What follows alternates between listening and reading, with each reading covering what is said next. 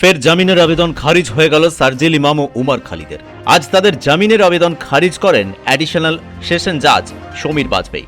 2020 সালে দিল্লি দাঙ্গায় নাম উঠে আসে সার্জিল ইমাম ও উমর খালিদের।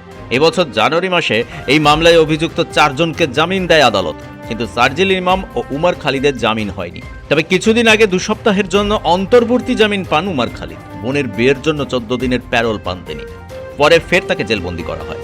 উমর খালিদদের মুক্তির দাবিতে সরব হয়েছিলেন নিউ ইয়র্কের মেয়র জোরান মামদানি।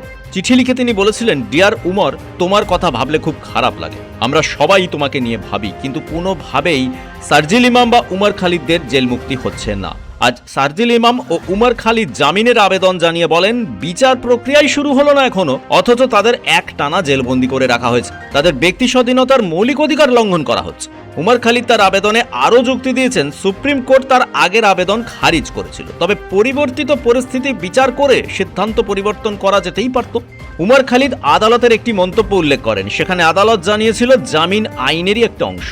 তিনি অভিযোগ করেন, এই মামলায় কোনো উন্নতি হয়নি, তবুও তাদের অযথা জেলে রাখা হচ্ছে। কিন্তু বিচারপতি তাদের কোনো কথা শোনেননি। তিনি সার্জিল ইমাম ও উমর খালিদের জামিনের আবেদন ফের খারিজ করে দেন। ব্যুরো রিপোর্ট, টুবের কলম ডিজিটাল।